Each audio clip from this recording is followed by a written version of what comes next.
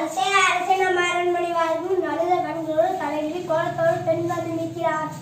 அப்படி அந்த பெண்ணிற்கு என்ன துயரமோ தெரியவில்லை, கேட்டாயா? கேட்டேன் மன்னவா, அதை பற்றி உங்களிடம் கூற வேண்டும் என்று சொல்கிறார்.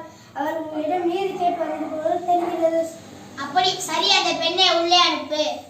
ஆண்டவர்களும் சான்றோர்களும் நிறைந்திருக்கும் அவையிலே நடுநாயகமாய் மன்னர் வீட்டிற்கு அரசைக்கு நுழைகிறாள் கண்ணகி. இளங்கொடி போன்ற பெண்ணே, நீ யார்? அழுத கண்களோடு எம்மை காண வந்த காரணம் என்ன? உனக்கு என்ன வேண்டும்? ஆராயது நீதி வழங்கிய மன்னனே, என்னையா யார் என்று கேட்கிறாய்? சொல்கிறேன் கே.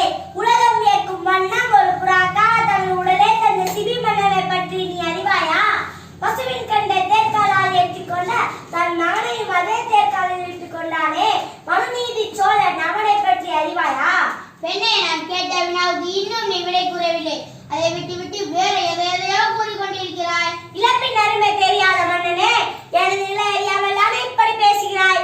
நான் இன்று வரை கூறிய பெருமை மிக்க சோழ மன்னர்கள் வாழ்ந்த புகார் நகரமே எனது ஊர்.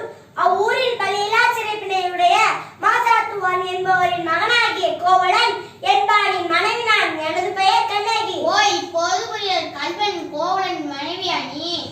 போதும் அண்ணா, என் கணவனை வெல்வதற்கு உனக்கு என்ன தகுதி இருக்கிறது?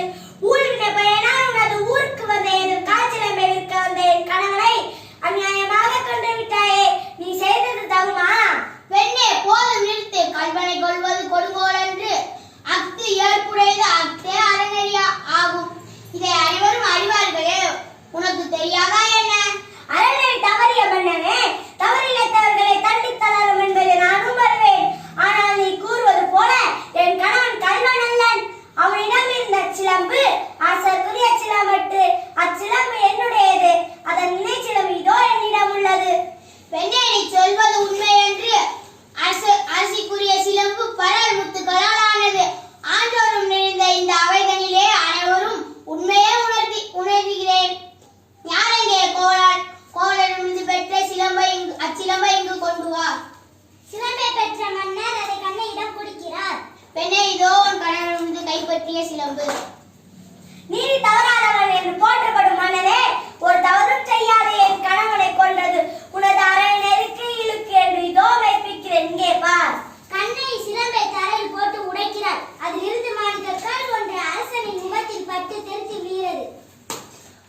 தவறித்து விட்டேனே, பிறகு சொல்லி கேட்டு பெரும்பிழை செய்தேனே. யானோ அரசன், யானே கல்வன், இதுவரை என் குலத்தில் எவரும் செய்யாத பழி சொல்லுக்கு ஆளாகி விட்டேனே. இனிமேலும் யான் உயிரோடு இருந்தால் தகுமா?